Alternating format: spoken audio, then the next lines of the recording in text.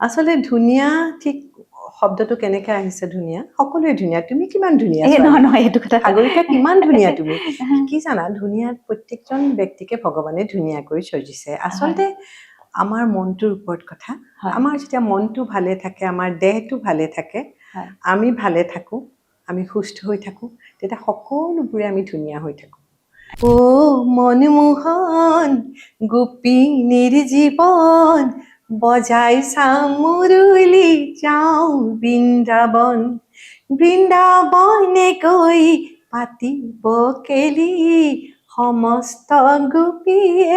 বোলাৰি মনৰ খবৰ নহয় আমাৰ মনৰ খবৰৰ মাজেৰে মই মোৰ নিজৰ মনটোৰে যিটো কৈছে মই আমাৰ মহিলাসকলক ক'ব খোজো তেওঁলোকো এনেদৰে সদায় পজিটিভ হৈ থাকক কেতিয়াও নিজক অৱহেলা নকৰিব যমুনাৰ বালিও দেহা শুনো বালিও এনে সুন্দৰ দেহা যাব পচি সৰি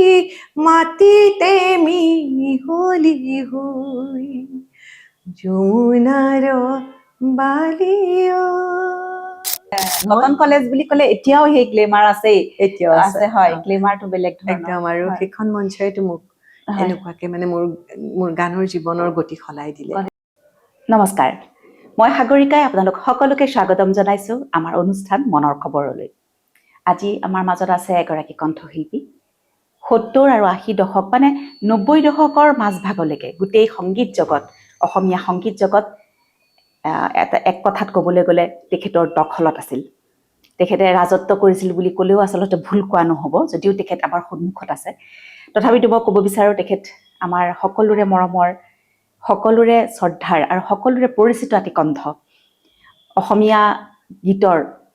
বোলছবি হওক মঞ্চ হওক ৰেডিঅ' হওক চবতে তেখেতৰ মাতটো সকলোৰে বাবে এক পৰিচিত কণ্ঠ আৰু তেখেতৰ মোৰ ব্যক্তিগত হিচাপে ভাল পোৱা এটি সুন্দৰ গীত পোহৰে কি জানে ৰাতিৰ কি যে বেদনা এই গীতটি তেখেতৰ কণ্ঠত যেনে এটা বেলেগ ধৰণৰ মাদকতা পাইছিল আৰু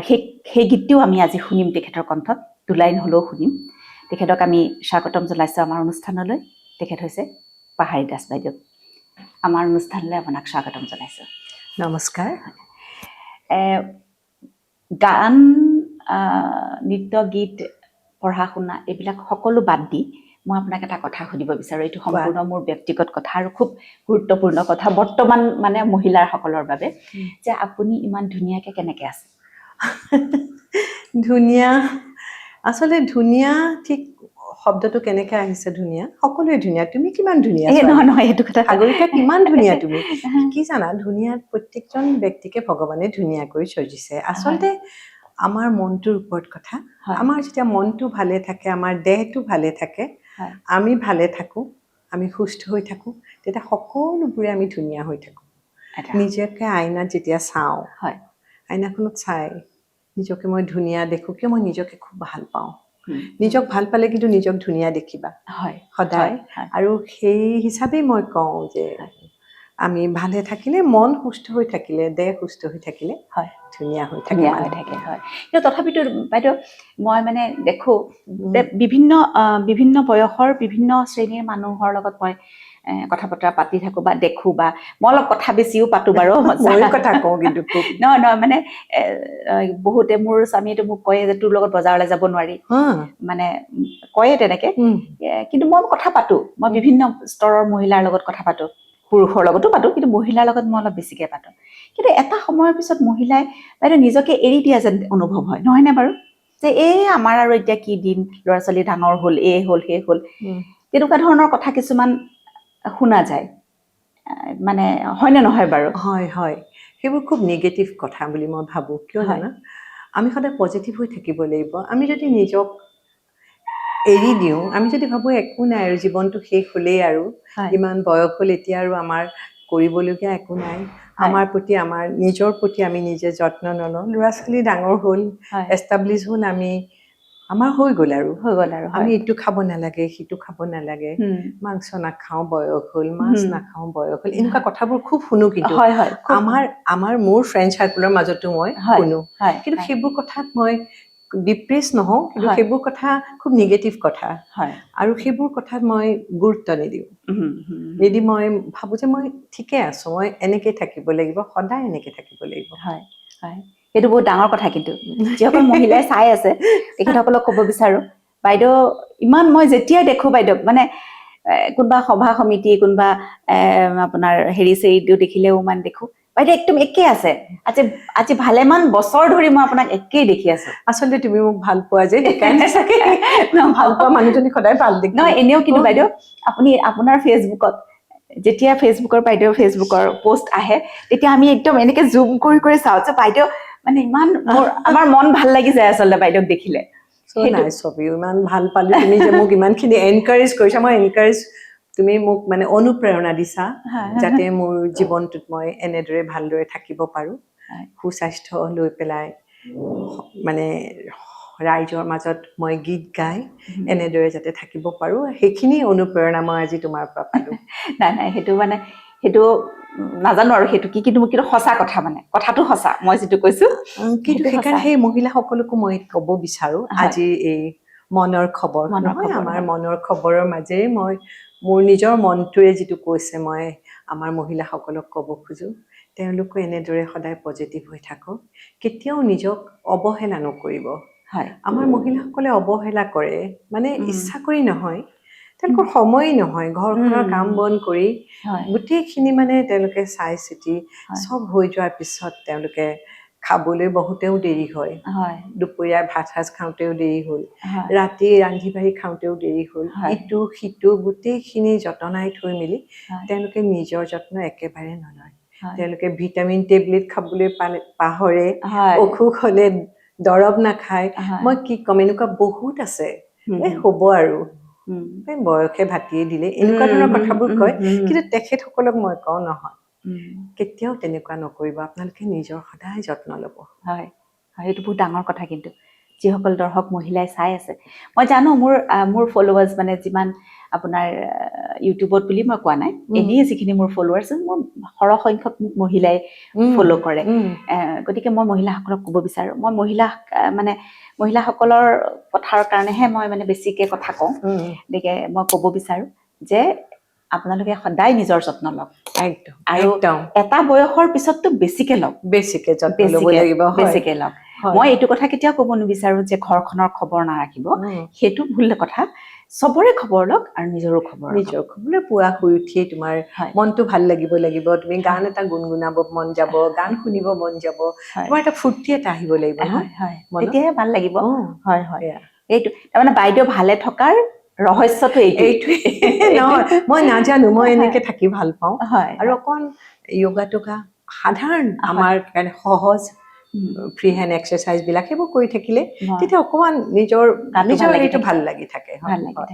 বাইদেউ আপুনি যেতিয়া প্ৰথম আৰম্ভ কৰিছিল গীত গাবলৈ মানে আপুনি যেতিয়া ভাবিছিলে যে মই গান গাম সেইটো আপুনি কেলে ভাবিলে বাৰু যে আপোনাৰ ঘৰত কোনোবা কাৰোবাক দেখিছিল বা কাৰোবাৰ ওচৰ পাজৰৰ কাৰোবাক দেখিছিল বা কাৰোবাৰ দ্বাৰা অনুপ্ৰাণিত হৈছিলে কি ভাবি পেলাই মানে গান গাম বুলি ভাবিলে তেতিয়া মই বহুত সৰু আছিলোঁ সাগৰিকা ঠিক গান গাম বুলি মই ভবা নাই কিন্তু ঘৰখনৰ পৰিৱেশে মোক গান গাবলৈ অনুপ্ৰেৰণা দিছিল মই যেতিয়া 5 বছৰ মোৰ বয়স মোৰ দেউতাই মোক এখন হাৰমনিয়াম কিনি দিছিল আৰু তুমি চাগে জানি সুখী হ'বা মোৰ মা এগৰাকী সুদক্ষ গায়িকা আছিল কণ্ঠশিল্পী আছিল তেখেতে আকাশবাণী গুৱাহাটী নিয়মীয়া শিল্পী আছিল সেই সময়ত যেতিয়া অল ইণ্ডিয়া ৰেডিঅ' স্থাপন হৈছিল তেওঁ মোৰ মা আৰু মোৰ মাহী দুই বাই ভনী ডক্টৰ লক্ষ্যহীৰা দাস দুয়োগৰাকী একেলগে গীত গাইছিল মাৰ কণ্ঠ খুব ভাল আছিল আৰু সেই তেনেকুৱা পৰিৱেশ এটাৰ পৰা মা ওলাই গৈছিলতো মাৰ সেইকাৰণে গীত নৃত্য বাদ্য সকলোৰে প্ৰতি মাৰ আগ্ৰহ আছিল আৰু মোৰ দেউতা আছিল মানে মঙলদৈত মোৰ ঘৰ মঙলদৈত ডাঙৰ দীঘল হৈছোঁ মঙলদৈৰ জীয়ৰী আৰু দেউতা যিখন ঘৰৰ পৰা আহিছিলে সেইখন হৈছে এখন গাঁৱৰ ঘৰ ককা দেউতা মৌজাদাৰ আছিল দেউতাও কিন্তু খুব উৎসাহী আছিল তেখেত এজন সুদক্ষ অভিনেতা আছিল তেওঁ এজন চিকাৰী আছিল তেওঁ বহুত কামেই কৰিছিল আমি সৰুৰ পৰা দেখিছোঁ আৰু দেউতা মা দুয়ো মিলি আমাক এনেকুৱা ধৰণৰ মোৰ উম। ভণ্টি কাশ্মীৰী আমাক সকলোকে খুব অনুপ্ৰেৰণা দিছিল কিন্তু লগতে পঢ়া শুনাও ভালকে কৰিব লাগিব সেইটোত বৰ ষ্ট্ৰিক্ট আছিল দেউতা একদম দেউতাৰ নাম কি আছিলে বাৰু দেউতাৰ নাম আছিলে স্বৰ্গীয় ধৰণীধৰ শইকীয়া আচ্ছা। আৰু মোৰ মাৰ নাম আছিল সাবিত্ৰী শইকীয়া আচ্ছা, হয়। তেখেতসকলৰ অনুপ্ৰেৰণাতে হৈছে হয়। আৰু মা মোৰ সংগীতৰ প্ৰথম গুৰু আছিল মাৰ ওচৰত শিকিছিলে প্ৰথম একদম একদম মাৰ ওচৰত মই শিকিছিলো হয়। তেতিয়া বহুত সৰু আছিলো ন তেতিয়া হয়। মানে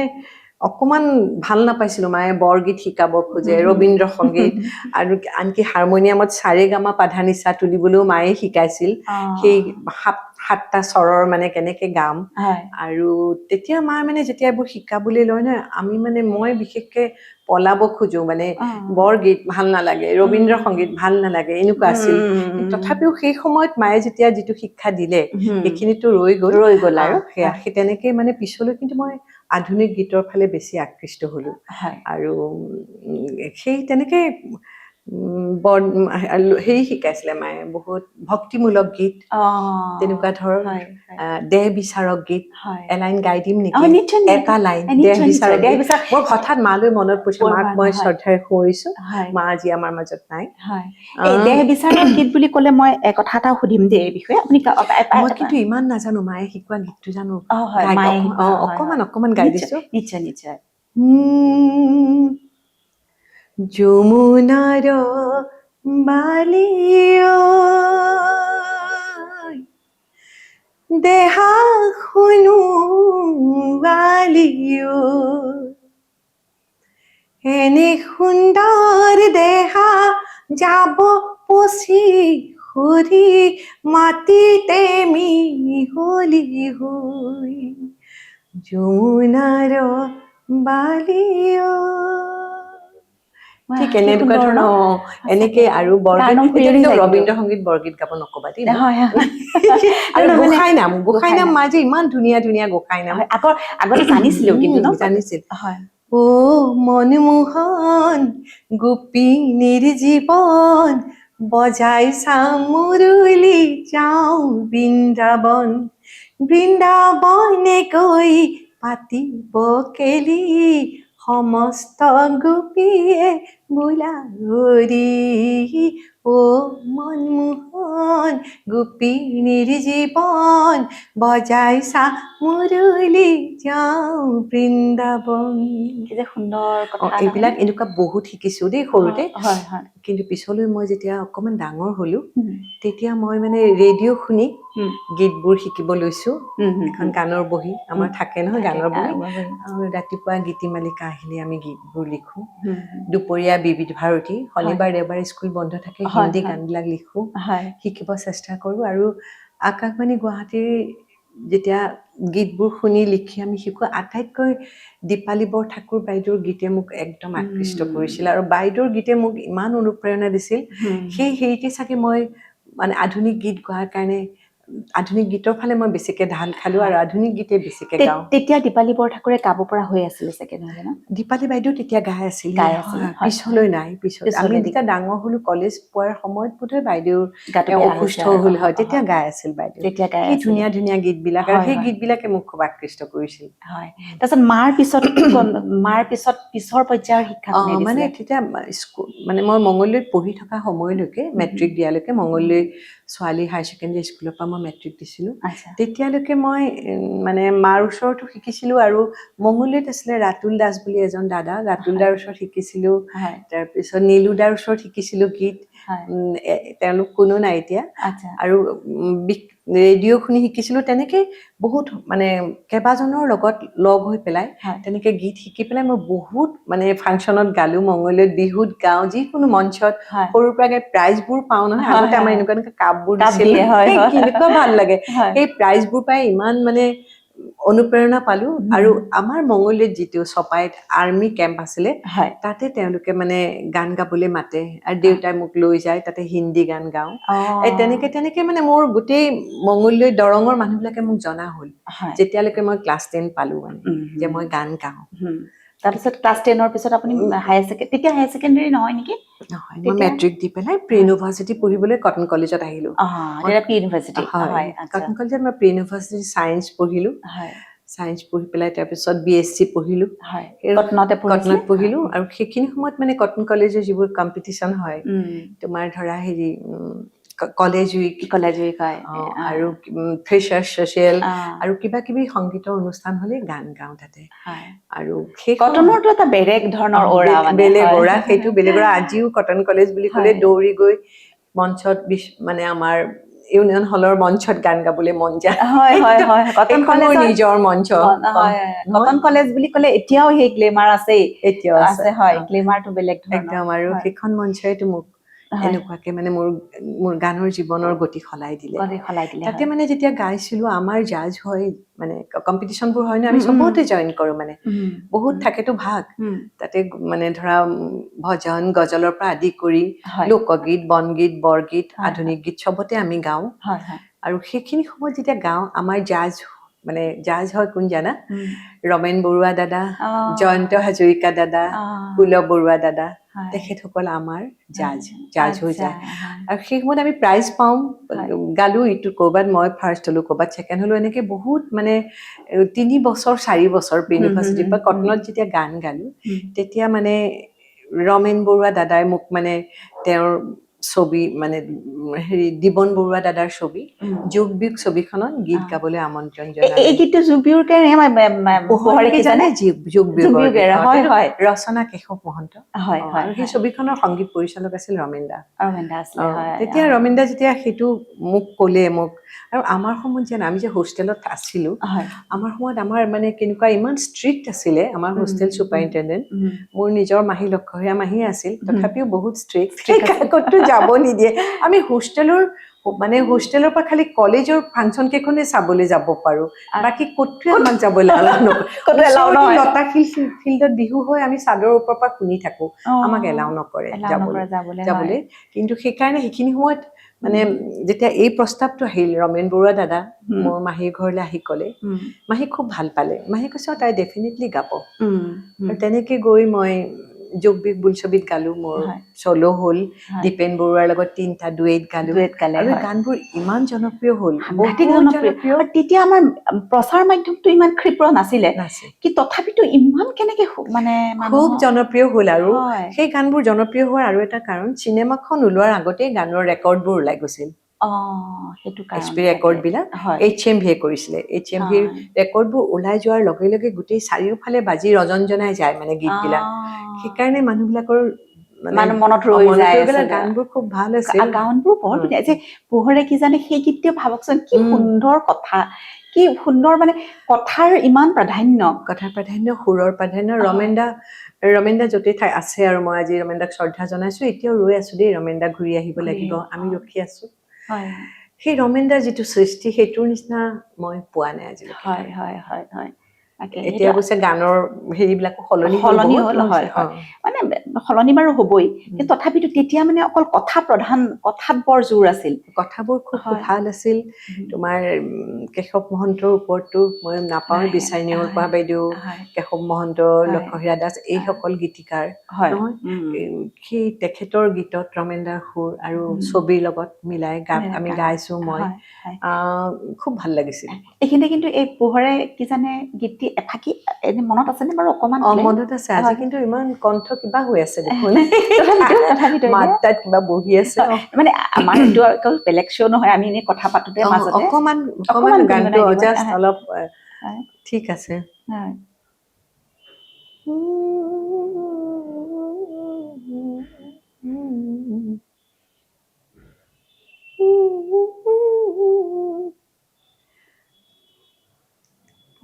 পোহৰে কি জানে ৰাতিৰ কি বেদনা মৰমে নাজানে কিনো কাৰ ছলনা পোহৰে কি জানে ৰাতিৰ কি বেদনা আকাশে ইমান জোনাক কিয়নো মাতিলে নমাই ৰাতিয়ে ইমান পোহৰ কিয়নো আছে উমলাই বুকুৱে বিচাৰে কাক তুমি জানো জানা, পোহৰে কি জানে ৰাতি কি বেদনা। হ'ব কি যে সুন্দৰ কিমান গান। ভাল লাগিছে সাগৰিকা। কি যে সুন্দৰ গীত নহয় নে? এই গীতটো আমি সঁচা, এই গীতবিলাক সঁচাকে, মানে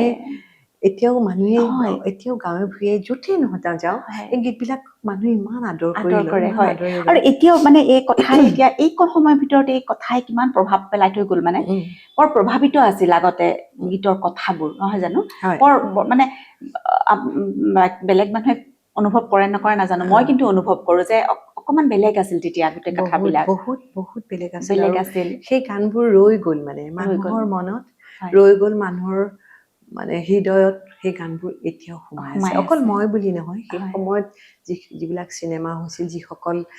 গায়ক গায়িকাই গাইছিল, সকলোৰে গীতবোৰ এতিয়াও ৰাইজৰ মনত মনত আছে কিন্তু একদম একদম একদম সোমাই আছে। ধুনীয়াকে আছে, হয় হয়।